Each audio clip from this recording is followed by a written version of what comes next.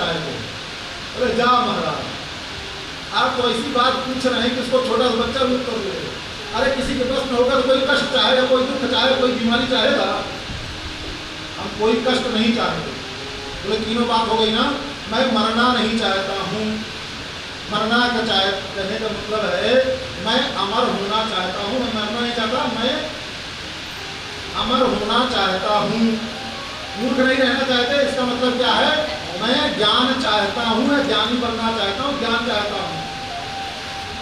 और दुख नहीं चाहता हूँ, तो मैं हमेशा के लिए सुखी होना चाहता हूँ, कभी कोई दुख नहीं चाहता हूँ। तो इसका मतलब देखो, सुख और दुख का तो पर्यायवाची है। जिसको सुख होगा और दुख होगा। जो अनंत सुख होता है, उस अनंत सुख कहते तो हैं, पर वो सही भी नहीं होता है। उसका एक शब्द है जिसका कोई पर्यायवाची, आनंद कहते हैं। अनंत सुख को जो कभी नष्ट नहीं होता है, जिसको प्राप्त कर लेने के बाद फिर वो दुख नहीं आता है, उसको क्या बोलते हैं? आनंद। तो अब तीन हो गए ना। मैं सदैव जीना चाहता हूँ, मैं किसी भी विषय में मूर्ख नहीं रहना चाहता हूँ, और मैं दुखी नहीं रहना चाहता हूँ। अब इसी को पारिभाषिक, जो एक पारिभाषिक शब्दावली है, उसमें मैं जो सदैव जीवित रहने वाला पदार्थ क्या है? वो सत है। सत क्या है? सत वो है जो कभी नष्ट नहीं होता। सत क्या होता है? कभी नाशवान। सत कभी नाशवान नहीं है। सत्य का कभी विनाश नहीं होता, बाकी सबका विनाश हो जाता है। सत्य थोड़ा सत्य ही समझ लीजिए। सत्य से सत्य कभी भी खत्म नहीं होता। बोले महाराज झूठ भी होता है। तो झूठ होता है, लेकिन झूठ भी सही में झूठ होता है। लोग झूठ में भी झूठ बोलते हैं ना। तो झूठ की भी सत्यता सत्य से है। अगर झूठ में भी सत्य झूठ ना हो तो झूठ रहेगा नहीं। समझिए ना, समझिए। अब अगर सही में झूठ अगर ना हो, सत्य झूठ ना हो, तो झूठ के साथ भी सत्य लगा हुआ है। झूठ की भी सत्यता सत्य से ही साबित हो रही है, इसलिए वो झूठ है। और उसमें से भी सत्य निकल जाए तो वो भी झूठ नहीं रहेगा, वो भी सत्य हो जाएगा। तो क्या है? सत्य का कभी विनाश नहीं होता है, अविनाशी होता है। क्या? सत्य। इसलिए ऊपर में लिखो, मैं सत्य चाहता हूँ। कोई मरना नहीं चाहते, मतलब मैं सत्य चाहता हूँ, अविनाशी होना चाहता हूँ, जिसका विनाश ना होवे। उसको क्या कहते हैं? उसको कहते हैं एक शब्द में सत्य। मैं सत्य चाहता हूँ। बोले ठीक है महाराज जी। मैं ज्ञान चाहता हूँ किसी भी विषय में। ज्ञानी नहीं रहना चाहता, मैं सब कुछ जानना चाहता हूँ। सब कुछ जानने का मतलब है, उसको अगर एक शब्द में कहा जाए तो कौन सा शब्द होगा? पढ़े लिखे होगी तो बोले महाराज उसको तो चित कहते हैं। तो बोले लिख दो कि मैं चित चाहता हूँ। बोले महाराज लिख दिए। और तीसरा क्या? कहीं किसी प्रकार से दुख नहीं चाहते हो, तो जो अविनाशी सुख होता है उसको क्या बोलते हैं? आनंद बोलते हैं। अब तीनों की लिखा दो, सत्य चाहता हूँ, चित्त चाहता हूँ, क्या चाहता हूँ? आनंद चाहता हूँ। अब तीनों के एक में मिला दो, मैं सत्य चाहता हूँ, चित्त चाहता हूँ, आनंद चाहता हूँ। इसका मतलब क्या हुआ? मैं सच्चिदानंद चाहता हूँ। क्या चाहते हैं? मैं सच्चिदानंद चाहता हूँ। तो भैया दुनिया में और क्या है? और सच्चिदानंद कोई दूसरे नहीं है। सच्चिदानंद रूपाय विश्वोत्पत्त्यादि हेतवे तापत्रय विनाशाय श्री कृष्णाय वयम नमः। वही सच्चिदानंद है। तो इसीलिए कह रहे हैं संसार के जितने जीव हैं वो बस सच्चिदानंद को ही चाहते हैं, उसके अलावा किसी को नहीं चाहते हैं। पर हम आप भटक रहे हैं उन सच्चिदानंद को। कोई महल में खोज रहा है, कोई मकान में खोज रहा है, कोई स्त्री में खोज रहा है, कोई पुत्र में खोज रहा है, कोई रुपये में खोज रहा है, कोई यश में खोज रहा है। बस इतस्तता खोज रहे हैं, पर जहाँ है वहाँ नहीं खोज रहे हैं। इसीलिए बात बिगड़ी है। तो संसार में कोई ऐसा व्यक्ति नहीं हो सकता, कोई ऐसा जीव नहीं हो सकता है जो भगवान को प्राप्त करने के लिए न चाह रहा हो, भगवान को प्राप्त करने की चेष्टा न कर रहा हो। सब भगवान को ही चाहते हैं, इसके अलावा कोई कुछ चाहता नहीं। सारी भागदौड़ क्या है? भगवान के लिए ही लगी हुई है। अब ये हो गया सच्चिदानंद। भगवान का क्या स्वरूप है? सच्चिदानंद रूपाय। और वो सच्चिदानंद भगवान क्या करते हैं? विश्वोत्पत्त्यादि हेतवे, जो इस संसार दिख रहा है ना, इस संसार की उत्पत्ति के हेतु भगवान ही उत्पत्ति के हेतु हैं, उन्हीं से सारा संसार प्रकट होता है। अच्छा, उन्हीं भगवान बोले हाँ। तो ये तापत्रय जो संसार की जब उत्पत्ति होती है तो ये संसार में जो तापत्रय घुसा हुआ है 3 प्रकार का, दैहिक, दैविक, भौतिक ताप, उस ताप को अगर नष्ट करना चाहते हो तो परमात्मा ही नष्ट कर सकते हैं, उनके अलावा और कोई तापत्रय विनाश आए। संसार में तो ताप ही है ना। देखो, संसार दुख से ही बना हुआ। क्या है? संसार का एक नाम है। क्या नाम है? दुखालयम। दुखालय क्या नाम है संसार का नाम? दुखालयम। अशाश्वतम, शाश्वत नहीं है, नष्ट होने वाला। तो होगा क्या? मान लीजिए कोई मिस्री का महल बनावे, कोई मिस्री का महल बना लेंगे और उसके बाद उसमें मिर्चा खोजे। मिस्री के महल में बनाया तो मिस्री से, और खोजो मिर्चा, मिलेगा?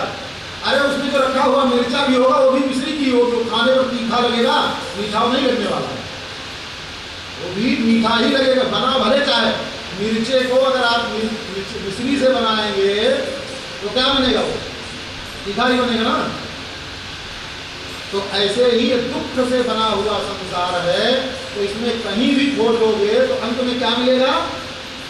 दुख ही मिलेगा, क्योंकि ये सुख से तो बना ही नहीं है। जो आनंद सिंधु सुख राशि सीकरते त्रैलोक सिपासी। तो आनंद सिंधु कहाँ है? आनंद सिंधु भगवान है। और ये संसार में सब जगह दिख तो रहा है सुख, अगर नहीं होता तो लोग दौड़ते क्यों? बोले दिख रहा है पर है नहीं, वो छाया है। छाया कभी किसी को पकड़ में नहीं आती।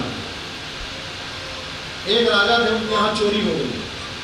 एक राजा थे, उनके यहाँ चोरी हो गई। रानी का 9 लाख हार रखा हुआ था। चोर लेकर के भगे, सैनिक पीछे पीछे दौड़े। अब चोरों ने देखा सैनिक तो नजदीक आ जाएंगे, छीन लेंगे, तो उन्होंने जो है वो हार को छुपा दिया। जब वो हार को छुपा दिया तो उस हार, चमकती हुई हार को एक चील ने देखा, बाद में देखा चमकते हुए चीज को, उसको लगा हर खाने वाला पदार्थ, तो उसको लेकर के वो उड़ा। जब वो उड़ा तो उस बाज को देखा और बाजों ने उसको झपट्टा मारे। अब एक दूसरे से लड़ने के चक्कर में वो जो सोने का 9 लाख हार था उससे छूटा और गिरा। और गिरा तो जो है, लेकिन देख रहे हैं जो सैनिक चल रहे हैं, लोग भी देख रहे हैं, सैनिक लोग देख रहे हैं कि देखो चोरों ने छुपाया उस हार को, और उस हार को लेकर के चील उड़ा, और वो लेकर के उससे चील झपटे तो चील के मुंह से छूटा और गिरा। कहाँ गिरा ये नहीं पता था, क्योंकि दूर है ना, नजदीक नहीं, सामने तो गिरा नहीं, दूर में गिरा। तो अब देखने से पता नहीं, गिरा ये पता है, गिरा ये पता है, पर कहाँ गिरा ये पता नहीं। अब सब लोग खोजने लगे, खोजते खोजते खोजते लोग खोजते, सब लोग पहुंचे और जा करके देखा एक तालाब के नीचे। देखे, अंदाजा तो था ना कि यहाँ गिरा, जिस जगह पर गिरा उसका अंदाजा था कि यहाँ गिरा। सब लोगों ने जा करके देखा तो एक तालाब में वो हार दिखाई दे रहा, पानी के अंदर। कहाँ दिखाई दे रहा था? तालाब में पानी के अंदर दिखाई दे रहा था। एक ने देखा, बोला हार मिल गया, हार मिल गया, हार मिल गया। सब लोग दौड़ करके आए, बोले कहाँ है? बोले वो पानी है। अब 9 लाख हार, राजा का हार जो मिलेगा तो वो जो पाएगा उसको राजा बहुत बड़ा इनाम देगा। तो सब छपाक से उसमें कूद पड़े, और जब कूदे तो ढूंढना शुरू किए। अब ढूंढते ढूंढते परेशान हो गए और उसमें मिला कुछ नहीं। और फिर जिस बेचारे ने देखा था उसको तैरने आता नहीं था। जिनको जा तुम पाएंगे गहरे पानी बैठ, तो भाई गहरे पानी में कौन बैठ पाएगा? जो तैरना जानता होगा। जिसको तैरने नहीं आता है वो काहे तुम पानी के अंदर घुसेगा? जिसने पहले देखा था उस बेचारे को जो है तैरना नहीं आता तो बाहर बैठा था और सबसे कहता था मेरे तो हमने पहले देखा, हमारा हिस्सा जरूर देना। बाहर से चिल्ला रहा है और दुखी भी हो रहा है कि नहीं देगा तो क्या कर लेंगे हम। उधर से एक महात्मा गुजरे, बोले क्या बात है, क्यों भाई तालाब को क्यों मथ रहे हो? अरे तालाब का जल स्वच्छ रहेगा तो कोई आएगा तो प्यासा पानी पिएगा, कुछ पक्षी मिलेंगे, और ऐसे तालाब को मथ दोगे तो जंगली जानवर ही परेशान होंगे। तो तालाब क्यों मथ रहे हो? बोले महाराज इसमें 9 लखा हार, रानी का 9 लखा हार पड़ा हुआ है, हम सब जब बाहर निकल आते हैं पानी चीर हो जाता है तब तो 9 लखा हार,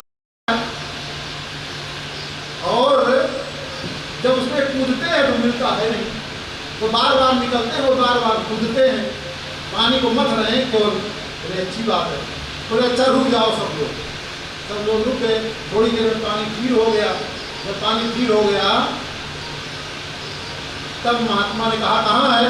सब लोगों ने जाकर के दिखाया, वो भी देखा महाराज जी सबसे पहले हम ही देखे, देखो ये सब बदमाशी करते हैं और हमको जो है नहीं देंगे। और फिर जैसे महात्मा जी की कौन सुनता है, जैसे दिखाई दिया छपा करके सब फिर से पूछे। महात्मा ने कहा मूर्खानंद रो क्यों रहा है? बोले महाराज वो सब खोज लेंगे और हमको नहीं मिलेगा। बोले तू बहुत बड़ा पुरुष है, पकड़ा कान और मीठा। जब कान मीठा तो ऊपर किया, खोपड़ी जब ऊपर किया तो खोपड़ी ऊपर किया तो देखा पेड़ की एक डाली पर वो हार लटक रहा और उस हार की छाया पंख पानी में दिखाई दे रहा है। अब जब वो समझ गया उसको पेड़ पर चढ़ने आता था और फटाफट गया और पेड़ पर चढ़ करके अब उसको प्राप्त हो गया। तो ऐसे ही हम आप संसार में छाया के लिए छलांग लगा रहे हैं, छाया के लिए छलांग लगा रहे हैं, और वो जहाँ छलांग लगा रहे हैं वहाँ मिलने वाला है नहीं, क्योंकि वो तो ऊर्ध्व गति, जब तक ऊर्ध्व गति नहीं, ऊर्ध्व दृष्टि नहीं होगी तब तक नहीं। कोई गुरु जी आवे कान पकड़ के जोर सब बैठे रबड़ी मलाई खिलाओ प्रशंसा करें, इसे गुरु जी ना है तो ना मिला पाएंगे भगवान। कान मरोड़े का मतलब शिक्षा दें अच्छी तरीके से, शासन करें। कान मरोड़ने का मतलब होता है शासन करें। जब शासन करेंगे और उनके शासन में रहोगे तब वो ज्ञान प्राप्त होगा। जब वो ऊर्ध्व दृष्टि इधर होगी, उस ज्ञान के द्वारा, शासन के द्वारा जब ऊर्ध्व दृष्टि होगी, जब ऊर्ध्व दृष्टि हुई तो पता चल जाएगा जल में नहीं है, वो तो ऊपर दिखाई दे रहा है। और जब समझ में आ गई बात तो फिर प्राप्त करने में देरी नहीं रह जाएगी। तो ये वही बात। तो हुआ क्या कि तापत्रय विनाशाय श्री कृष्णाय वयम नमः। संसार केवल दुखालय है, दुखालय के ऊपर चर्चा हो रही है। इसलिए दुख के लिए अगर सुख चाह रहे हैं, इसी संसार में डुबकी लगाते रहेंगे तो जीवन भर कभी सुख मिलने वाला नहीं है। सुख तो केवल जो आनंद सुख राशि भगवान ही एकमात्र हैं, उनकी तरफ हम जाएंगे तभी, जितना जाएंगे उतने सुख की प्राप्ति होगी। और लोग कहते हैं कि महाराज वो तो भगवान के इतने बड़े भक्त हैं, उनको इतना कष्ट मिला, मूर्खानंद उनको कष्ट मिले नहीं, तुमको दिखता कष्ट है क्योंकि तुम्हारी दृष्टि कष्ट में है ना। दूसरा को लगता है महाराज इतने बड़े भगत रहे, देखो मरते समय उनके का दशा भाई, शरीर की क्या क्या दशा हो गई। मूर्ख उनको कोई कष्ट नहीं मिला, वो तो जान रहे हैं कि शरीर तो नश्वर होने वाला है, ये सुख दुख शरीर का मरना जीना यहीं तक के लिए सीमित है। और जो भोग रहा भगवान के भक्त उसको कोई कष्ट नहीं है। जो महापुरुष होंगे उनको कोई दुख से अधिक भी बड़ा दुख आ जाएगा वो क्या कहेंगे, भैया महाराज ये तो बड़ी विपत्ति। बोले ना ना भैया ऐसा मत करो, भगवान अपना स्मरण ज्यादा करा रहे हैं। किसी महात्मा जाओ कोई दुख विपत्ति हो, बोले महाराज आप तो बहुत दुखी हैं, बोले ना ना भगवान अपना स्मरण ज्यादा करा रहे हैं। जब दुख आता है तो भगवान का स्मरण और ज्यादा आता है और तीव्रता से आते हैं। और जब थोड़ा सुख रहता है, थोड़ा ठीक रहते हैं, जो थोड़ा ठीक रहते हैं तो भाई थोड़ा मन इधर उधर भी हो जाता है। इसलिए भगवान की बड़ी कृपा है कि भगवान दुख दे करके अपना ज्यादा स्मरण करा रहे हैं, अपना ज्यादा अनुभव करा रहे हैं। भगवान का भक्त समझता है और बाहर का आदमी जो समझता है बाबा जी को इतना कष्ट हुआ, बाबा जी मरे जा रहे हैं कष्ट में, बाबा जी मरने वाले नहीं है, उनको तो दुख में ही ज्यादा सुख समझ में आ रहा है। समझ में आया? विपद विस्मरणम विष्णु संतम नारायण स्मृति।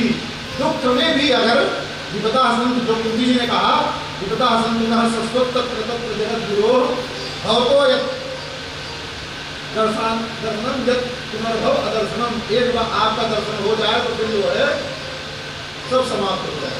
तो कहने का तात्पर्य ये है कि महात्मा को कभी दुख नहीं, और जिसको भी दुख समझ में आता है उसको समझ लो अभी। तो अब ये बात हुई तापत्रय विनाशाय, तापों को विनाश करना, तो क्या करना होगा? वही जो बात कर रहे हैं, भगवान की तरफ भी जाना पड़ेगा। श्री कृष्णाय वयं नमः। श्री कृष्ण को हम सब, एक नहीं, हम सब जितने हैं उस सब मिल करके नमन करें, वंदन करें, नमस्कार करें। नमस्कार का मतलब क्या होता है जानते हैं? समझ लीजिए, समय तो है, ठीक से देखा जाएगा बात की बात। देखो ये 7 दिन में क्या करना है? समझदारी ही लाना। क्या करना है? समझदारी ही लाना, और उसके चाहे जैसे आप तब ये समझिए नमस्कार का मतलब क्या होता है।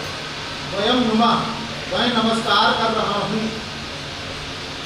नमस्कार करने का मतलब होता है क्या करें? ऐसा भैया नमस्कार, नमस्कार नहीं होगा।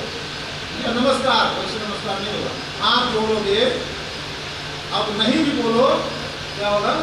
मुंह से मत बोलो, सामने वाले से हाथ जोड़ लो, नमस्कार हो जाएगा ना। तो मुंह से मत बोलो, कोई कुछ बोले नमस्कार हो गया, और हाथ मत जोड़े, नमस्कार होगा? करते रहो, नमस्कार नहीं होने वाला। जैसे ही हाथ जोड़ दिए, कुछ मत बोलिए, नमस्कार हो गया। तो ये क्या है? हाथ जोड़ना। हाथ जोड़ने का मतलब है हमारी जो क्रिया शक्ति है। क्रिया शक्ति मतलब जीवन में हम जो कुछ भी करते हैं इन्हीं हाथों से सब करते हैं। क्या हुआ? नमस्कार करने का मतलब भाई नमस्कार सामान्य नहीं है।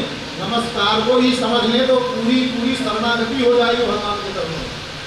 केवल नमस्कार इतना समझ लीजिए कि भगवान के चरणों में शरणागति यही है, तो दूसरा नहीं है। हमारी जो भी क्रिया शक्ति है, इन दोनों हाथ से जो कुछ भी करते हैं, आज से वो सब आपके लिए है। क्रिया शक्ति हमारी जो है, और कितना हाथ जोड़ लो, किसी से कितना भी हाथ जोड़ लो, ठीक है, नमस्कार नहीं होगा। कैसे नहीं होगा नमस्कार? हाथ जोड़ो, ऐसे करो, हाथ खोपड़ी को पीछे करके तान के रखो, नमस्कार होगा। जब तक ये मस्तिष्क नहीं झुकाएंगे, खोपड़ी नहीं झुकाएंगे, कितना हाथ जोड़ लो, है ना, जब तक ऐसे नहीं करोगे तब तक वो नमस्कार नहीं होने वाला है। तो ये जो क्रिया शक्ति है, वो क्रिया शक्ति किसकी है? आपके लिए। जो भी हम आज से करेंगे इन हाथों से, वो सब आपके लिए करेंगे। दोनों हाथ जोड़ने का मतलब ये हुआ, और मस्तिष्क झुकाने का मतलब ये है आज से जो कुछ भी सोचेंगे समझेंगे इस दिमाग के द्वारा, झुकाने का मतलब वो भी सब आपके चरणों के लिए है, वो आपके लिए है। यही क्या है? नमस्कार।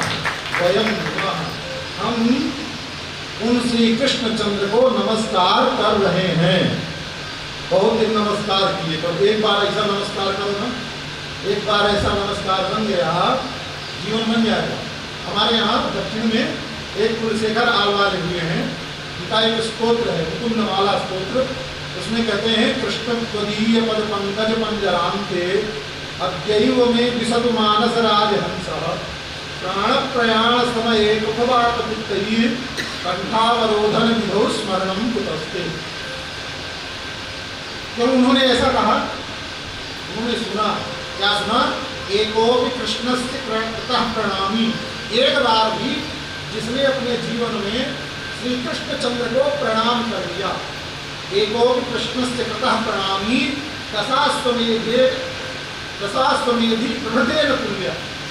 जो कोई 10 मतलब 100 अश्वमेध करने के बाद, करने से जो अवभृत स्नान का पुण्य होता है, वो एक बार श्री कृष्ण चंद्र को प्रणाम करने से वही फल होता है। वही फल नहीं होता। कृष्ण को प्रणाम, दशाश्वमेध का यज्ञ भी उसका बराबरी नहीं कर सकता। दशाश्वमेधि पुनरेपि जन्म, 100 अश्वमेध यज्ञ करने के बाद उसका पुनर्जन्म होगा। और कृष्ण प्रणामी न पुनर्भवाय, भगवान श्री कृष्ण को प्रणाम एक बार अच्छी तरीके से प्रणाम कर ले में तो कृष्ण प्रणामी न पुनर्भवाय। श्री कृष्ण को प्रणाम करते हैं तो फिर दोबारा इस संसार में जन्म नहीं लेना पड़ेगा। तो करना क्या है, हम आपको श्री कृष्णाय वयम नमः सब लोग मिल करके इस नमस्कार को, पहला श्लोक है वो भी महात्मा का श्लोक है और यही एक श्लोक ही जीवन में उतर जाता है। एकमात्र श्लोक, एकमात्र श्लोक, एक नहीं आधा श्लोक, केवल सच्चिदानंद रूप, सच्चिदानंद रूपाय कितना है, आधा भी नहीं है, ये चौथाई है। कितना है, एक श्लोक का चौथाई पाद है, मतलब चौथाई हिस्सा है।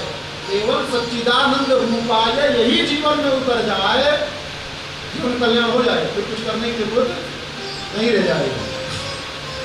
और चाहे श्री कृष्णाय वयम नमः यही उतर जाए, श्री कृष्णाय वयम नमः, श्री कृष्णाय वयम नमः अगर उतरेगा जीवन में तो जीवन शरणागतिमय हो जाए। यही भगवान की शरणागति, कोई शरणागति थोड़ी है। आज से जो करेंगे आपके लिए करेंगे, आज से जो सोचेंगे समझेंगे जो कुछ है आपके लिए है, बस ये शरणागति, इसके अलावा इस का कोई शरणागति नहीं है, के प्रति समर्पण है। तो इसलिए भगवान श्री कृष्ण को प्रणाम करना ही सर्वथा उचित है और किसी को। अब यहाँ आगे वर्णन करते, एक का तो हो गया, अब वर्णन करते हुए कहते सुखदेव जी की जम प्रजंतमनुकेतम द्वैपायनो विरह कातर आविर्भाव पुत्रेति तन्मयतया तरवो विनेदो तम सर्वभूत हृदयम मुनिमानतोस्मि। अब आपके एक घंटा बीता ना, एक श्लोक की व्याख्या कितने देर में भाई, 1 घंटे में। अब आप कल्पना करो कितने श्लोक हैं इस भागवत जी में, 1000, 18,000 श्लोक है ना, 18,000 श्लोकों की ये श्रीमद् भागवत है। अगर ऐसे एक श्लोक पर एक घंटा, ये भी सामान्य अर्थ था, गहराई से ये भी अर्थ नहीं है, ये भी एक श्लोक का पूरी गहराई से अगर सही से व्याख्या की जाए तो केवल एक श्लोक को ही महीनों बाँचते रह जाए, घंटे की बात नहीं, महीनों में भी अर्थ नहीं पूरा होगा, क्योंकि अनंत का अंत कभी पाया नहीं जा सकता।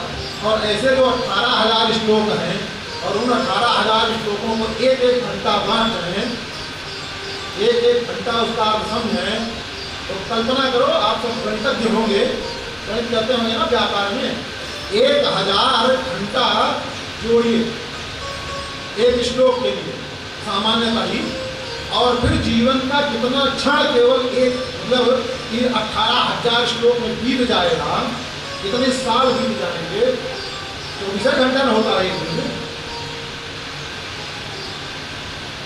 तो ऐसे कल्पना करेंगे महाराज, महीनों को ऐसे बीत जाएगा, सालों को बीत जाएगा, 1 साल को बीत जाएगा, इससे कम समय नहीं लगने वाला, नहीं होता है भैया 1 साल में। तो अब ये बात हो गई।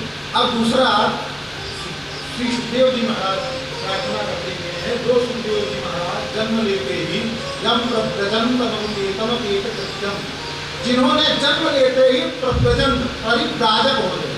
हमारे यहाँ परिव्राजक का किसको कहते हैं, जो सन्यासी होता है, जो सब कुछ छोड़ करके चला जाता है, उसी को कहते हैं प्रव्रजंत। जो सब कुछ छोड़ करके जा रहा हो, तो ऐसे ही जन्म लेते ही सुखदेव जी महाराज सब कुछ छोड़ करके जाने लगे। जब प्रव्रजंत मनुकेतम वेद कृत्यम, अनुकेत है, उनका भी कोई कृत्य नहीं हुआ, जन्म लेने के बाद यहाँ तक कि नालक छेदन भी नहीं हुआ, जैसे ही पैदा भय वैसे चले जा रहे हैं। तो अपने पुत्र को ऐसे प्रकट होकर के और घर छोड़ करके जाते हुए देख करके व्यास जी महाराज ने सोचा, अभी बालक तो पहले ही हुआ है, अभी छोड़ करके अब इस पर भी कथा सुनावे तो 2-4 घंटा इस पर भी हो जाएगा। कैसे सुखदेव जी पैदा हुए, कैसे पढ़े, वही कह रहे हैं।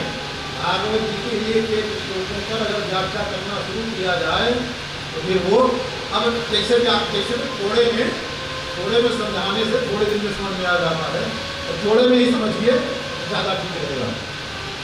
ये सब इतना समझदारी तो उनके लिए है जो सर्वतः निवृत्त, उनके लिए है जिनको और संसार में कुछ नहीं करना, एकमात्र भगवत चिंतन और शास्त्र अनुशीलन करना है। ये सब विषय उनके सकते हैं। सामान्यतः जितने भी अर्थ हैं धीरे धीरे ऐसे ही समझते हैं। या प्रजंतम अनुपेतम प्रेत गद्यम द्वैपायनो विराका कर आजुहाव। द्वैपायन द्वीप में जो अयन हो जिसका, द्वैपायन का मतलब द्वीप में जिसका अयन हो। द्वीप मतलब जो द्वीप में अयन है, मतलब द्वीप में जिसका अक्षर है। व्यास का नाम क्या है? व्यास जी का नाम क्या है बताइए? व्यास जी का क्या नाम है?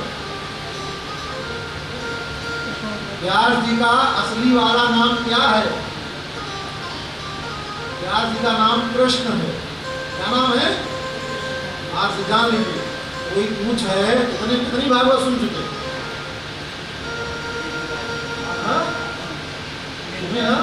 व्यास जी का सच्चा नाम जो सत्यवती जी ने और पराशर जी ने रखा, उनका असली नाम क्या है? नाम रखा कृष्ण।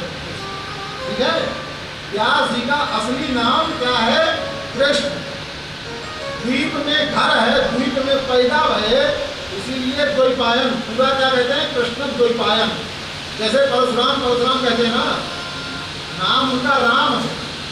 वो परसा धारण करते हैं, परशु धारण करते हैं, इसलिए उनका नाम परशुराम।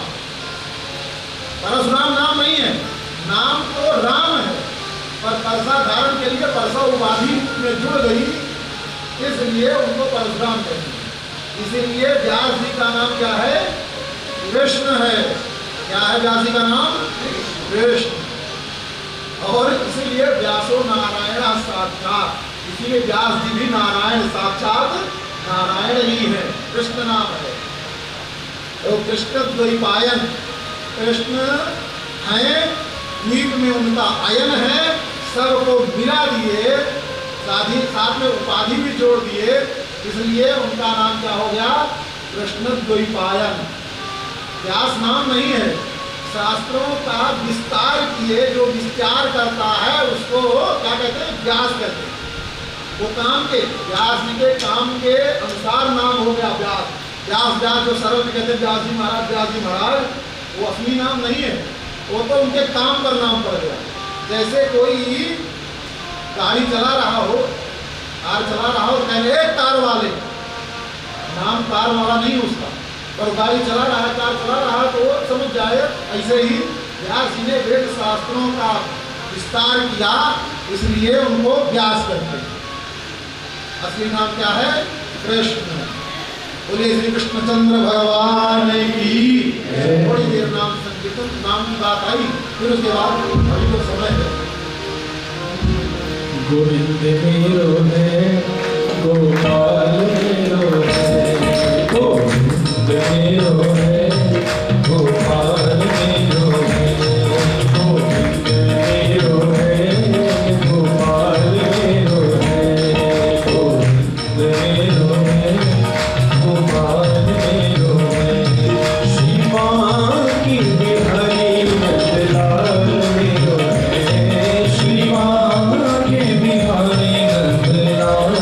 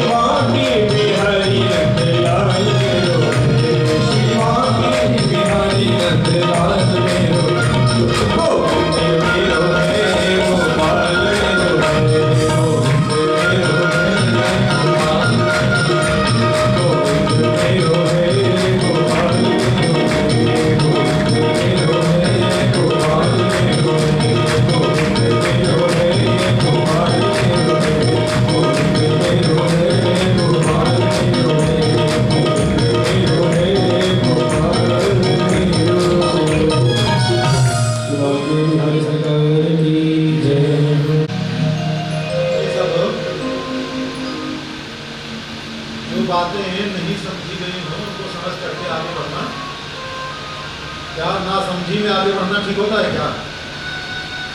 ना समझी में आगे बढ़ना ठीक नहीं होता है, समझ करके ही आगे बढ़ना ज़्यादा ठीक है। इसलिए अपने सब समझते हुए आगे बढ़ेंगे, बहुत ज़्यादा भागम भाग नहीं है। और जब भागने का समय आएगा तब एक साथ भाग जाएंगे, है ना? जब भागने का समय आएगा तो एक साथ भाग जाएंगे, फिर कोई पकड़ नहीं पाएगा। जब भागना हो तो भागो इतना कि कोई पकड़ न पावे और फिर आराम से। यहाँ यम प्रव्रजंतमन के तमपेद कृत्यम द्वैपायनो विरह कातर आविर्भाव पुत्रेति तन्मयतया तरबोधिमेगुः तम सर्वभूत हृदयम मुनिमानतोस्मि। श्री सुखदेव जी महाराज जब पैदा होकर के जाने लगे, पुत्र पुत्र करके व्यास जी महाराज उनके पीछे पीछे दौड़े, तो सुखदेव जी ने कहा पिताजी तो मेरा बेटा मेरी बेटी, पिताजी ने तो सारा शास्त्र सब कुछ लिखा है, लिख देना बड़ी बात नहीं है, कह देना बड़ी बात नहीं है। कथावाचक भी सारी बात बोल जाते हैं, बड़े बड़े ज्ञानी लोग भी कहते हैं रुपया नहीं है, ये नहीं है, धन नहीं है, पैसा नहीं है, बाद में उसी में कुछ लौटते हुए दिखते हैं। ठीक है, ज्ञान की बात करना अलग है, पर ज्ञानी होना वो अलग है। सच्चे मायने में पूरी कथा करा लो भागवत की, रुपया पैसा कुछ नहीं, संसार ऐसे व्यर्थ है, सारे कथा सुनाएंगे साथ में, और दक्षिणा थोड़ा कम दे करके देखो फिर चेहरा कैसे बनता है, सारा ज्ञान 1 मिनट में हवा हो जाएगा। और कोई जो महापुरुष होगा सुखदेव सर के, तो परीक्षित जी को कथा सुनाई और परीक्षित कुछ देना भी चाहे तो केवल प्रणाम कर लो बेटा, बस इसके अलावा तुम केवल सही ढंग से प्रणाम कर लो, बस इतनी दक्षिणा है, इसके अलावा कोई दक्षिणा की आवश्यकता नहीं। और ऐसा मत समझिए इस संसार में ऐसे लोग नहीं हैं, हमने बहुत से महात्माओं को देखा है, गुरुजनों को देखा है, हमारे यहाँ हमने बहुत ऐसे गुरुजनों को देखा है जो बिना किसी लोभ के कथा सुनाए, और इतने नहीं लोग नहीं तो बोले आकर के महाराज सब पैसे वाले भागवत की कथा सुनते हैं, हम तो गरीब हैं, हम तो कथा भागवत की नहीं सुन सकते हैं। भाई गरीब आदमी हम कैसे भागवत की कथा सुन पाएंगे, हमारे बस की बात नहीं कि हम जीवन में भागवत की कथा सुन पाएंगे। तो गुरु जी ने कहा देखो बेटा तुम भागवत की कथा जरूर सुनोगे, क्योंकि तुम्हारे अंदर भागवत की कथा सुनने की योग्यता है। योग्यता क्या है? नित्यम संधान, अपने आप को छोटा समझना। तुम नहीं सुन पाओगे तो गुरु जी ने क्या किया, अपने यहाँ से अपने ही यहाँ से 2 चेला लिए, और जितना भी कलश वलश होता है ना, लोगों को देखने में न लगे कि गरीब की यहाँ कथा हो रही है, जो कुछ सामग्री भी थी अपने बांध के लेकर के चले, और लेकर के गए और जा करके उनको 7 दिन तक कथा सुनाए, और भंडारा भी अपनी तरफ से करवा दिए, और अंतिम दिन लौट करके चले आए।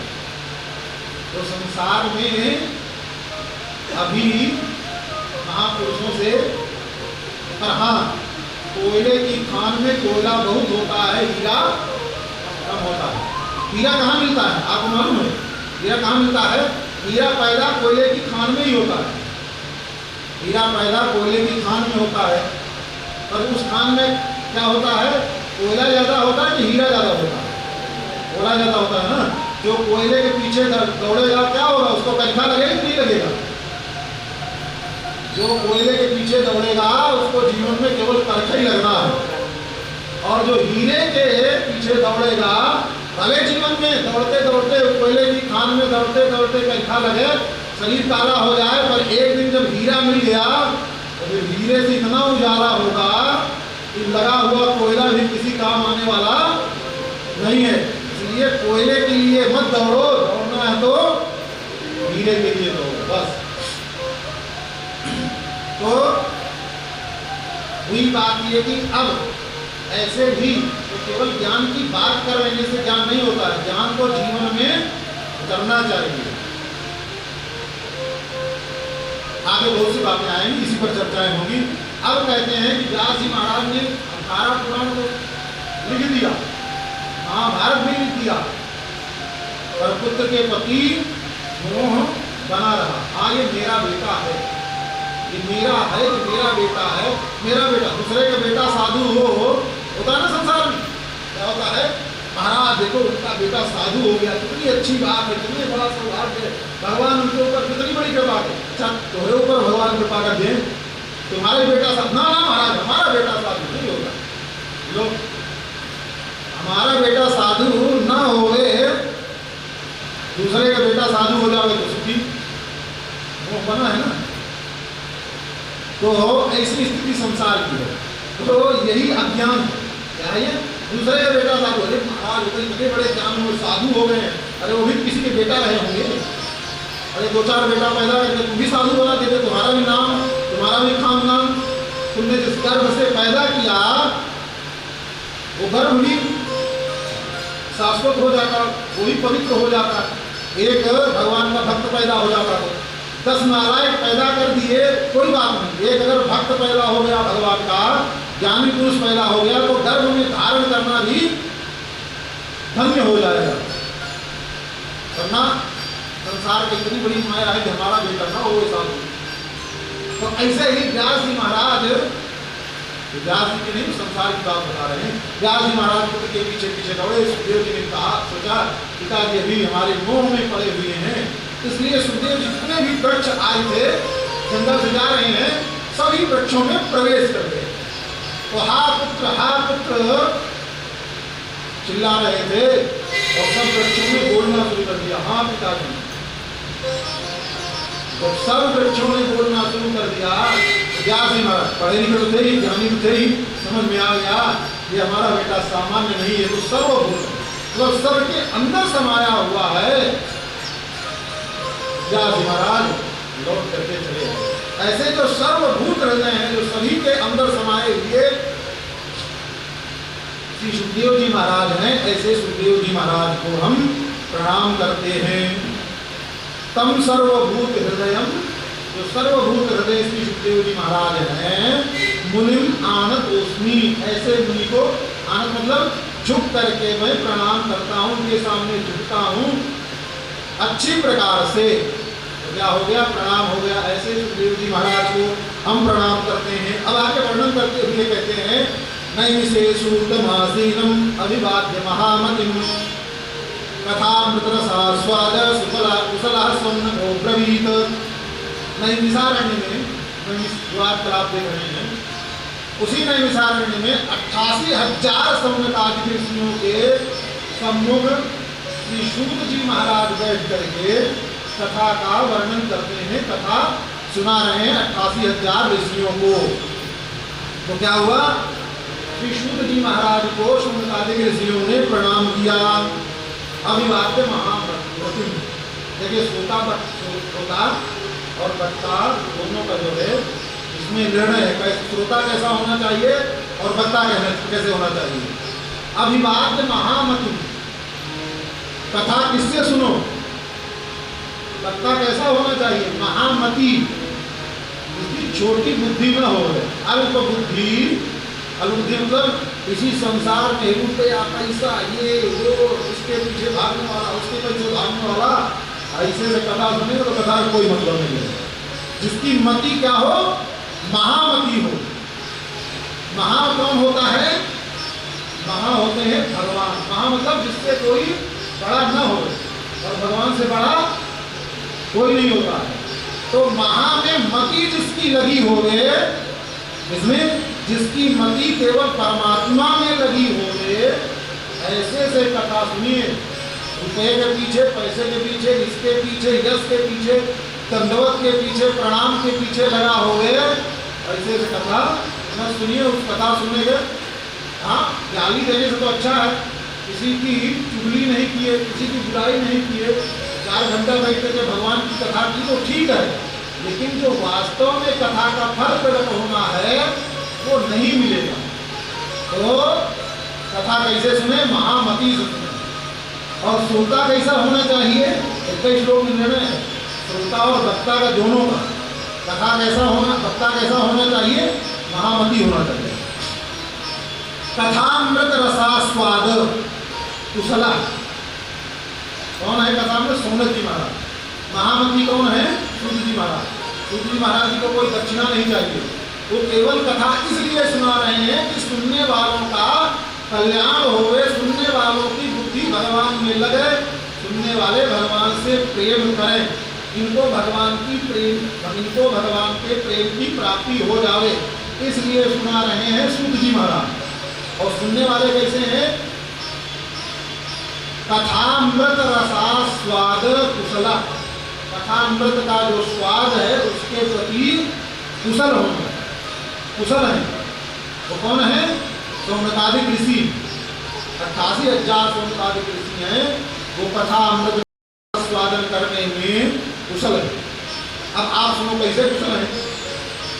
अपने सब कथा सुन रहे हैं, कितने लोग बैठे हैं? 150, कितने होंगे? और जहाँ भी कथा होती है 1000, 2000, 4000, 10,000 ज़्यादा लोग बैठे हैं, इससे ज़्यादा नहीं बैठते हैं। तो जो सूत जी महाराज कथा सुना रहे हैं वहाँ कितने बैठे हैं? 88,000। कितने बैठे हैं?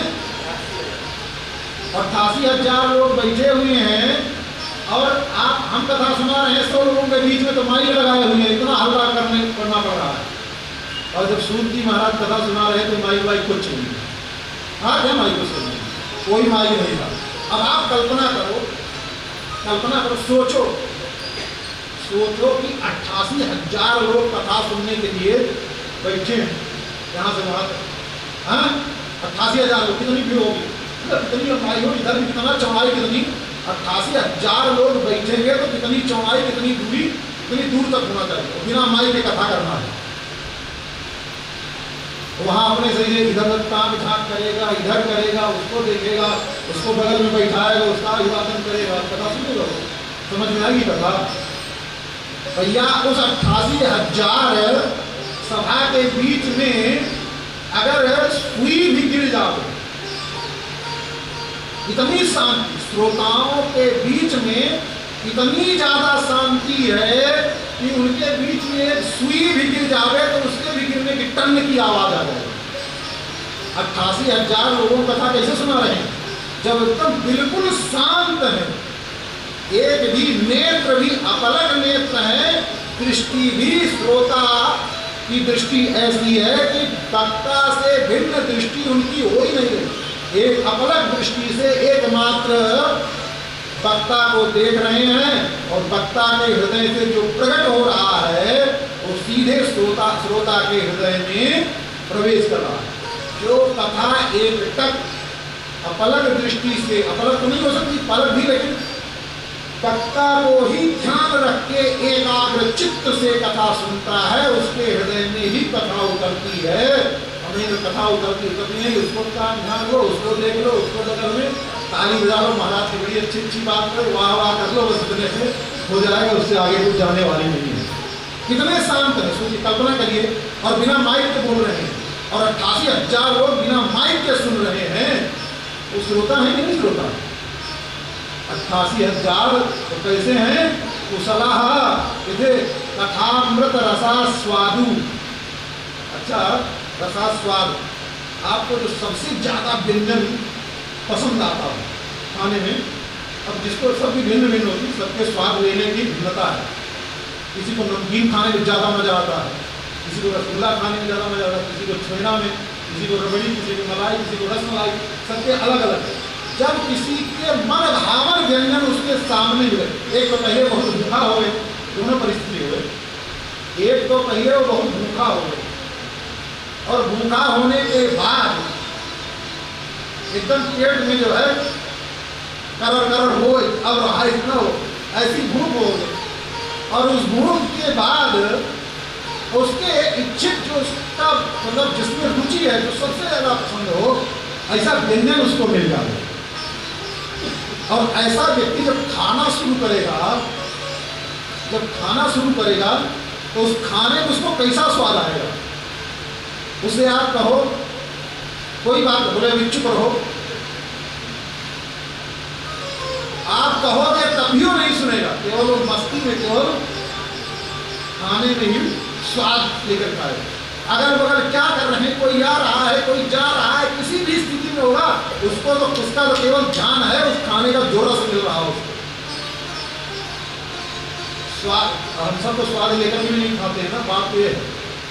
हम सब क्या करते हैं, खा करके केवल अन्न को बर्बाद करते हैं, स्वाद नहीं लेते हैं, खाते नहीं, खा करके अन्न को बर्बाद करते हैं। आज का समय क्या आ गया है, आज का समय ये आ गया, पहले लोग बिना खाए, कुछ लोग कहीं लोग मरते थे, बीमार होते थे, कहीं भोजन मिलता था ना, ज़्यादा दिन भोजन मिले, केवल आटे ऐसे बिना खाए पिए रहेंगी तो क्या होगा, आँख को चाहिए कुछ खाने को, आँख अपने आप को भी खाना शुरू करती है तो अल्सर हो जाता है, आँख जब अपने आप को ही खाने लगती है तो अल्सर होता है।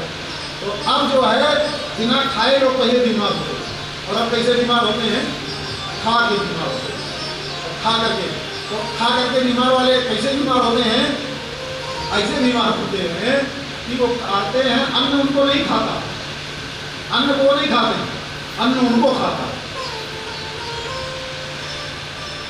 तो ये स्थिति हो गई। तो जो ऐसी स्थिति में होगा, जो स्वाद लेकर के खाएगा, तो ऐसे जो कथामृत, जो कथा रूपी अमृत है, उससे जो प्रकट हो रहा है, उस अमृत कथामृत रस को स्वाद ले लेकर के कथामृत का पान कर रहे हैं। कथामृत पान करने में वही पान नहीं कर रहे हैं, उसमें भी कुशल है। कथामृत कुशलः, कथामृत रसा स्वाद कुशलः, कथामृत रस का स्वाद लेने में कुशल है। श्रोता कैसा होना चाहिए, ऐसा होना चाहिए जिसकी दृष्टि, हमारे स्वामी जी महाराज थे, श्री संत गोपालाचार्य जी महाराज, कुछ लोग जानते होंगे, सब स्वामी जी थे, श्री स्वामी जी महाराज, हम सब बड़े हैं तो हम सब नाम ही नहीं लेते हैं।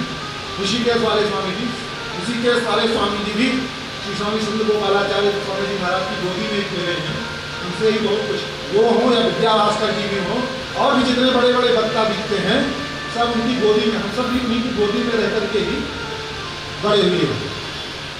तो स्वामी जी महाराज क्या करते थे, उनकी जैसी कथा कोई करता नहीं, वो महाराज कथा नहीं करते थे, वो सीधे दृश्य प्रकट कर देते थे।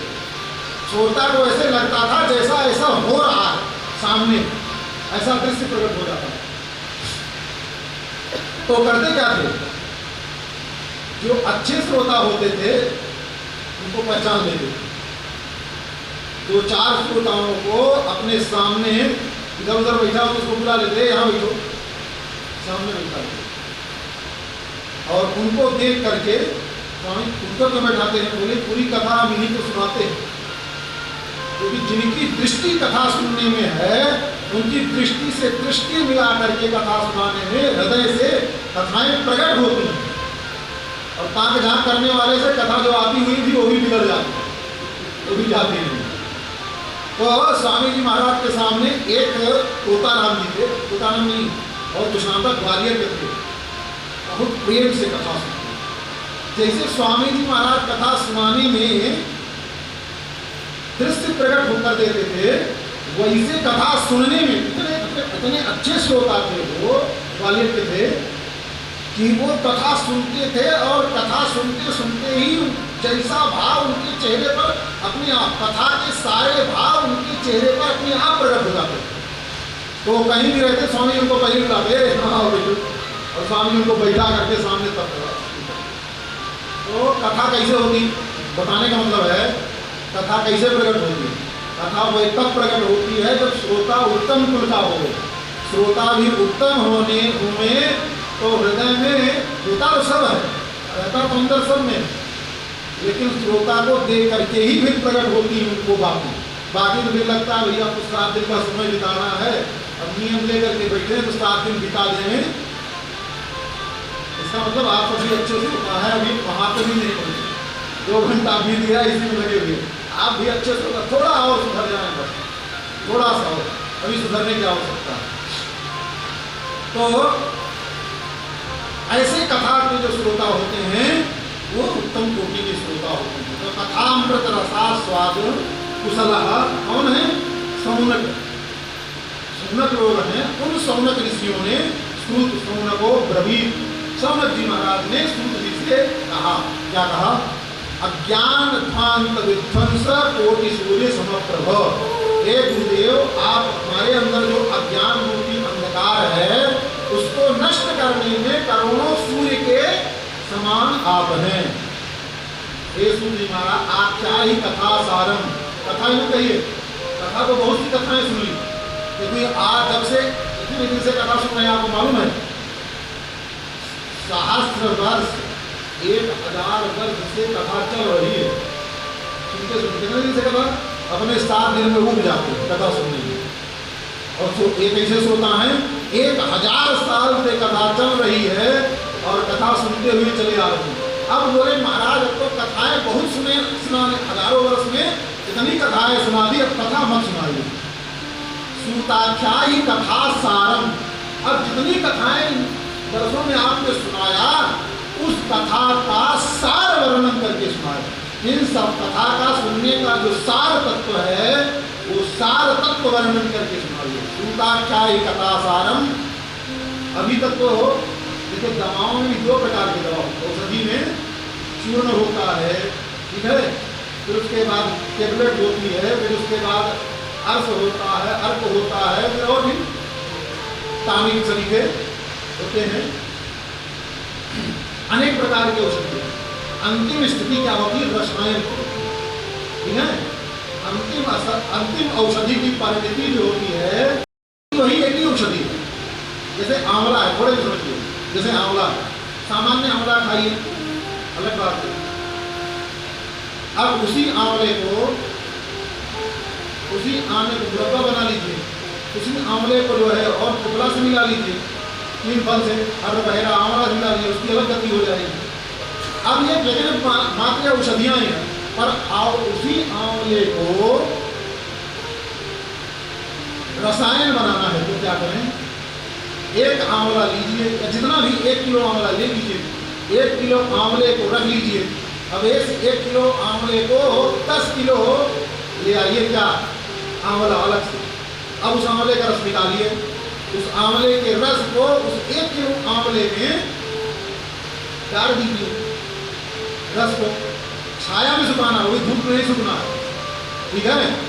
ऐसे ही करते करते 1.25 लाख बार, कितनी बार? 1.25 लाख बार जब पूरा हो जाएगा तो वो आंवला 1.25 लाख, इसको भाव देना कहते हैं। क्या कहते हैं? आंवले को आंवले से ही भाव देना। जब ऐसा भाव दे देंगे तो जो 1 किलो आंवला होगा ना, तो कायाकल्प कर देगा, बूढ़े को भी जवान बना देगा। जिसके बाल भी पके होंगे ना, खा लेगा 40 दिन तक लगातार, तो फिर से नवीन, दृष्टि भी नवीन, शरीर भी नवीन, शरीर की छुर्रियां भी। लेकिन अब बदमाशी करे कौन सा वाला होगा, सबसे बड़ी समस्या है। तो उसको कहते हैं सामान्य औषधि को भी रसायन कैसे बनाया जाता है, तब उसी को कह रहे हैं कथामृत रसा। कहते हैं कथाम सूताख्या ही कथा सारम, कथा का सार। सार तो क्या? आंवला का, आंवले का सार क्या होता है? आंवले का रस, जैसे आंवला हुआ, आंवले का रस, आंवले का सार हो गया। अब उस आंवले के रस को भी क्या बनाना है? रसायन बनाना है। तो 1000 वर्ष से, कितने दिन से? 1000 वर्ष से वो भाव देते हुए आ रहे हैं, सुनते आ रहे हैं ना, 1000 वर्ष से भाव देते आ रहे हैं, रस भी ले लिए, सब कुछ कर लिए। अब इस कथा का क्या होना है? महाराज इतने दिन से हो गए, आप तो रसायन परोसिए और चूर्ण भी दे दिए, रस भी दे दिए, ये भी दे दिए, अब क्या मिलना है? मम कर्ण रसायनम, हमारे कर्ण को रसायन जैसा प्राप्त होंगे, वो कथा कह करके आप सुनाइए, ऐसे निवेदन कर रहे हैं। तो क्या होगा उससे? भक्ति ज्ञान विरागा तो विवेको वर्धते महान। ऐसी रसायन रूपी जो कथा होगी वो क्या करेगी? वो भक्ति को प्रकट करेगी, ज्ञान को भी विराग, आपको मतलब परिपूरित होगा। भक्ति से, ज्ञान से, वैराग्य से परिपूरित कथा होगी। और विवेको वर्धते महान, और जो ज्ञान, भक्ति और वैराग्य से परिपूरित होगी तभी विवेक उत्पत्ति होगी। वर्धते विवेको महान, महान विवेक। और तो बहुत लंबा जमा है, तो सामान्य कहीं सुनते चलिए। तो वो कहते हैं विवेक, उसको कहते हैं क्या करना है और क्या नहीं करना है। निरक्षीर विवेकी जो बुद्धि होती है, निरक्षीर विवेकी पानी और दूध को, जैसे दूध और पानी को अलग कर देता है। तो कोई तत्व क्या फिटकरी डालो दूध में, नींबू डाल दो हट जाएगा, मिर्ची अलग कर देगा ना। तो ऐसे ही करना ना पड़े।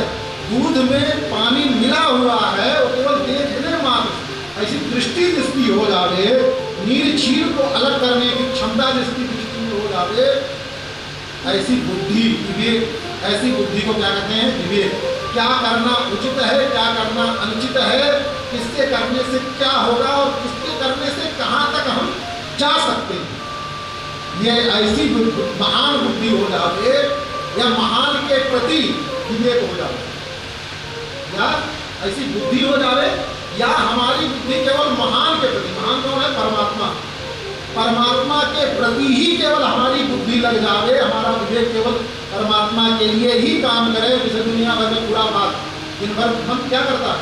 बुद्धि क्या करती? सोचती रहती दुनिया भर की बात। बुद्धि के कभी 1 मिनट बैठती नहीं है।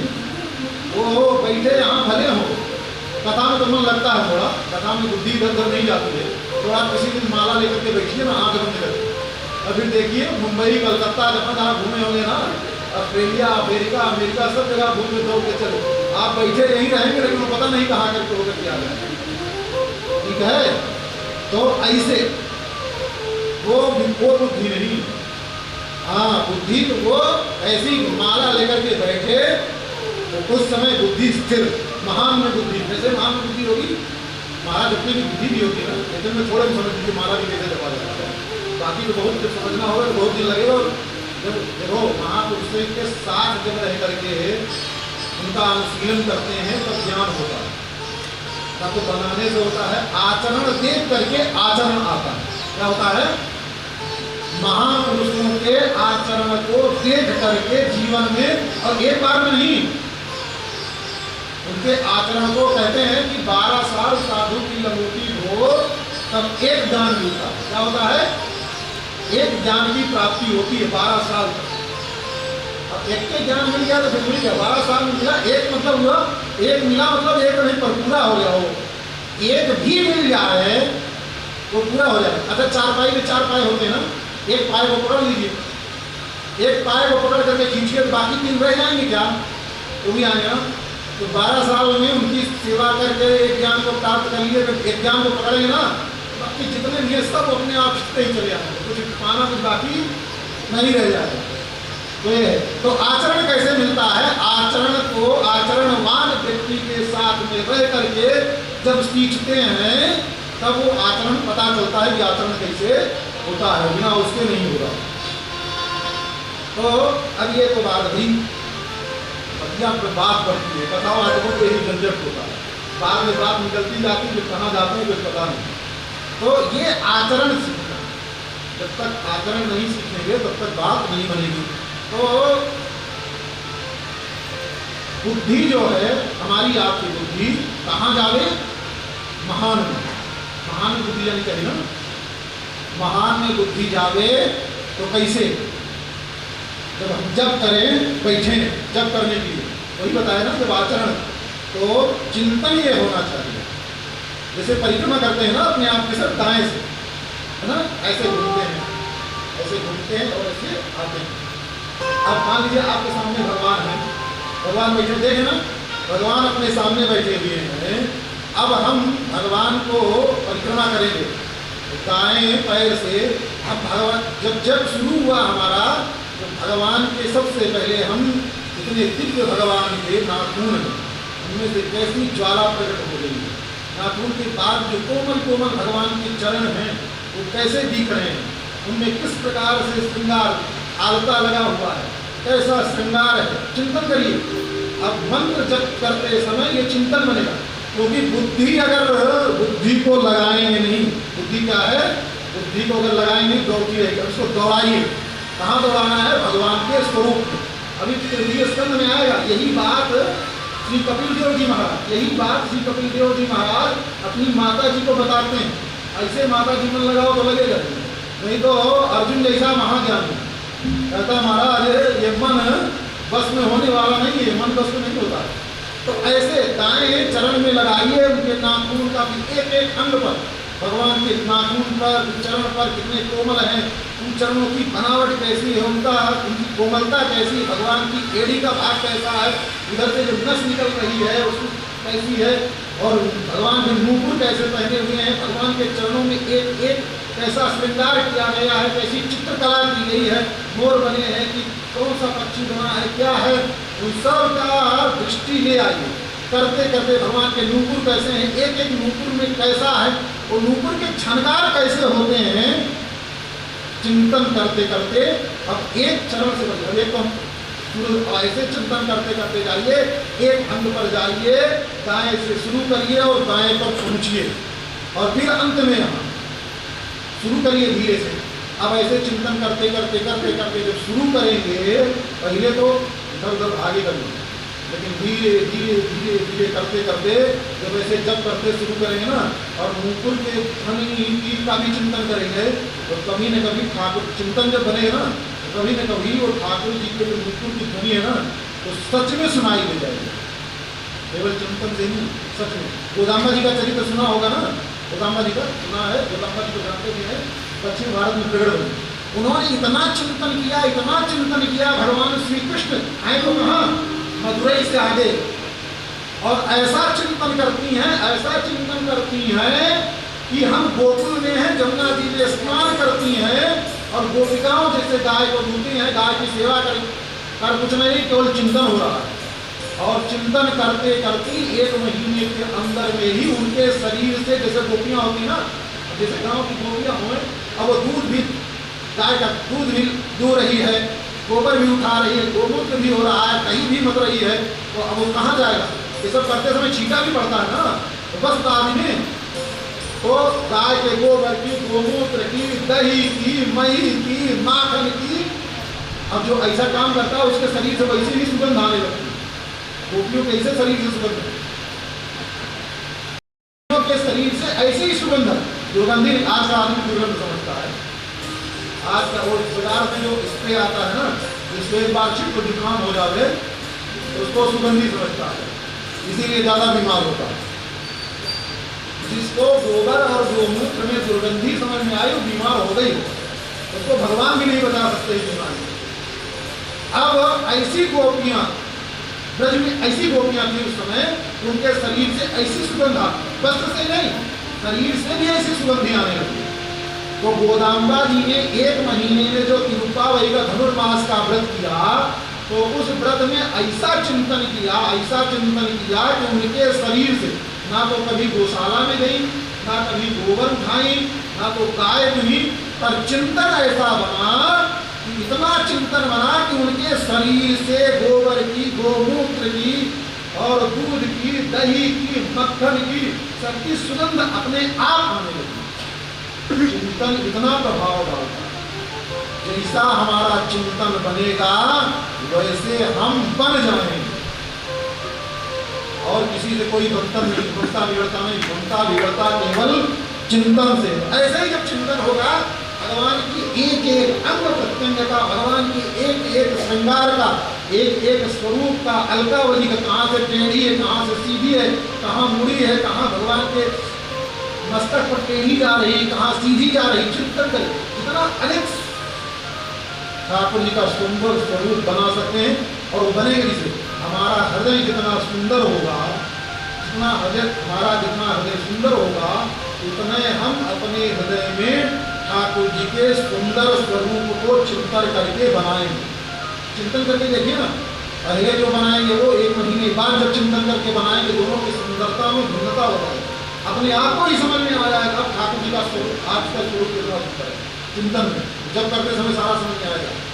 ऐसे ही जब महान में चित्त को लगा देंगे, विवेक को लगा देंगे, तो विवेको वर्धते महान, महान के प्रति विवेक का संवर्धन होने लगेगा। ऐसे करना है, अभी कथा तो नहीं रुकेगी। तो अब ऐसा चिंतन करके श्री शुद्ध जी महाराज से कौन करें, सोनकादिक विवेको वर्धते महान, ऐसी कथा सुनेंगे तो महान के प्रति हमारा विवेक का संवर्धन होगा। अब हमें और इस संसार में कलयुग आ गया है, कलयुग में महाराज की घोरे कलोकाया, जीवश्चासुरतां गतः। इस कलयुग में महाराज सभी जीव लगभग असुरता को प्राप्त होते हैं। अच्छा, अगर सही में हम असुरता को वर्णन करने सुने लगे ना, वर्णन कलयुग की राक्षसी वृत्ति क्या है, असुरता का मतलब आपकी वृत्ति, अगर उसका वर्णन शुरू कर दें तो लगता है कोई कोई यहाँ बचेगा, बाकी तो सब भगवान के क्या हो जाएंगे। आसुरी वृत्ति क्या है? सबसे पहले असुर का मतलब क्या होता है? असुर को क्या कहते हैं? निशाचर। निशायाम चरति सह निशाचर। निशी मतलब रात्रि, रात्रि में जो खावे, ठीक है, वो कहते हैं निशाचर। सूर्यास्त के पहले जो भोजन किया जाता है वो भोजन सात्विक, और सूर्यास्त के बाद जो भोजन किया जाता है वो राजस, और उसके और थोड़ा बाद जो भोजन किया जाता है वो तामस। तीनों प्रकार का तभी ठीक है। 10 बजे तक, रात्रि के 10 बजे तक, मतलब 8 बजे तक तो राजसी भोजन, सूर्यास्त के 8 बजे तक राजसी भोजन, सूर्यास्त के पहले सात्विक भोजन, और 10 बजे तक जो 8 बजे से 10 बजे तक जो भोजन करते हैं वो तामसी भोजन, और 10 बजे के बाद जो करते हैं वो राक्षसी भोजन है। अब कितने लोग राक्षसी भोजन करते हैं?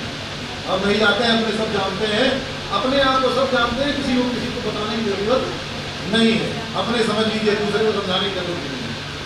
अब ये हो गया। और क्या कहते हैं, रात्रि किसके लिए होती है? सोने के लिए। रात्रि होती किसके लिए है? सोने के लिए। अब रात्रि में भौदौड़ करे तो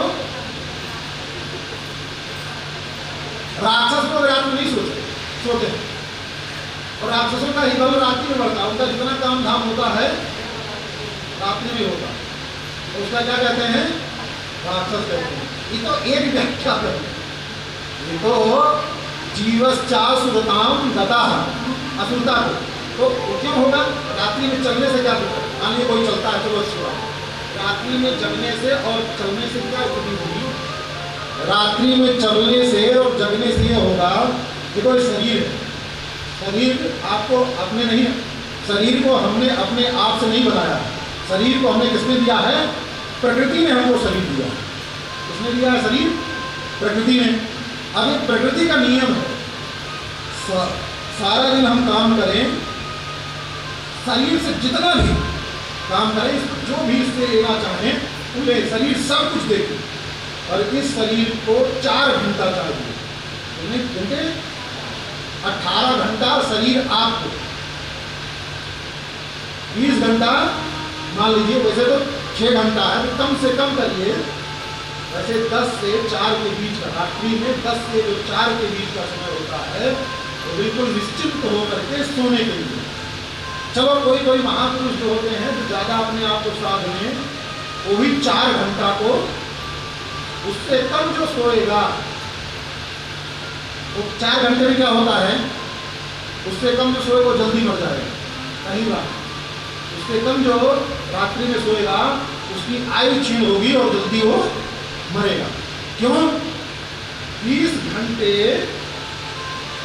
में शरीर सब कुछ कर सकते हैं, 4 घंटा शरीर अपने आप के लिए लेता है।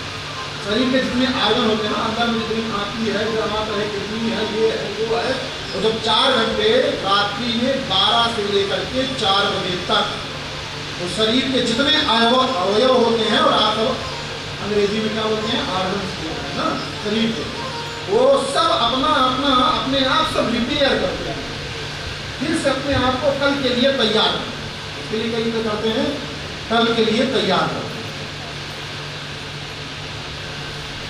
अब रिपेयरिंग होगी नहीं, डैमेज होगा कि नहीं हो? महाराज हमारी किडनी खराब हो गई, किडनी काहे नहीं खराब हो? अरे उसको अपने आप को सुधारने दिया, गाड़ी चलाओ, समय समय पर उसकी सर्विस ना करवाओ, क्या होगा? बैठ जाएगा ना इंजन। तो इसमें शरीर में भी तो चल ही रहा है, इंजन है, तो इसके लिए और कुछ नहीं जरूरी है।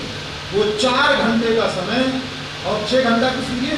उस 6 घंटे के लिए जो 4 घंटे में हमको उसके 2 घंटे जो पहले गाढ़ी निद्रा ऐसे नहीं आती, वो प्रगाढ़, उसमें निद्रा भी नहीं होती, प्रगाढ़ निद्रा में जाने के लिए 2 घंटे का समय, और पर जिसको सद गया हो प्रगाढ़ निद्रा सोते उसकी टक उसकी नींद आ जाए। लोग समझते हैं टक नींद आ गई, जिसको खर्राटा आने लगा। जिसको खर्राटा आता है उसकी तो नींद कभी पूरी ही होती नहीं। खर्राटा आने वाले की नींद कभी प्रगाढ़ निद्रा में कभी जाता ही नहीं है, उसकी आदत कैसे ठीक होगी। और जब तक प्रगाढ़ निद्रा में नहीं जाएंगे तब तक वो शरीर के जितने भी अवयव हैं वो कभी रिपेयर नहीं होंगे, फिर से अपने आप को पुनः निर्माण वो नहीं कर पाते, तो बीमार होंगे। और जो नहीं होगा तो जल्दी मरेगा ही। ऐसा आदमी जल्दी मरेगा ना, किडनी खराब होगी, लीवर खराब होगा, ये खराब होगा, तो शुगर होगा, तो मरना ही है। और उससे भी ज़्यादा होगा तो हार्ट फेल हो जाएगा। तो इसलिए निशाचर बनने की जरूरत नहीं है। जो भगवान ने मनुष्य बना करके भेजा है, मनुष्य ही बन करके रहे, उसी में कल्याण है। उसी सौंदर्यिक ऋषि कहते हैं ये घोरे कलौ प्रायः जीवश्चासुरतां गता। जितने भी मनुष्य हैं सबके सब असुरता की ओर चले जा रहे हैं और धीरे धीरे असुर बनते चले जा रहे हैं। क्लेश कांतस्य तस्यैव शोधने किं परायणम्। जीवन क्लेश से भरा है और उसके शोधन के लिए कभी परायण नहीं, उसके लिए समय हमको मिल नहीं रहा। हे प्रभु ऐसा है, आप हमको ऐसी सुनाइए जिससे भी कल्याण का भी कल्याण हो जाए, जिसमें सब प्रकार का कल्याण हो जाए और अंत में कृष्ण प्राप्ति करम शाश्वत। क्या है अंतिम? कृष्ण प्राप्ति करम शाश्वत साधनम तद बदात्म। श्री कृष्ण चंद्र की शाश्वत शाश्वत शाश्वत का मतलब क्या है? हमेशा के लिए, ऐसे नहीं कि तुरंत के लिए आए। नारद जी को जैसे हुआ ना, आगे कथा सुनेंगे। नारद जी के हृदय में एक क्षण के लिए प्रकट हुए और उसके बाद अंतर्ध्यान हो गए। फिर सारी नारद मतलब पूर्व जन्म में जो बालक थे, काशी पुत्र थे, फिर उसके बाद गायब हो गए पूरी जिंदगी, फिर रोते रोते बीता। ऐसा नहीं, कृष्ण प्राप्ति करम शाश्वत, भगवान श्री कृष्ण की हमेशा के लिए प्राप्ति करा दे, ऐसा साधनम तद बदात न। अधुना मतलब अब आप हमको ऐसा साधन बताइए।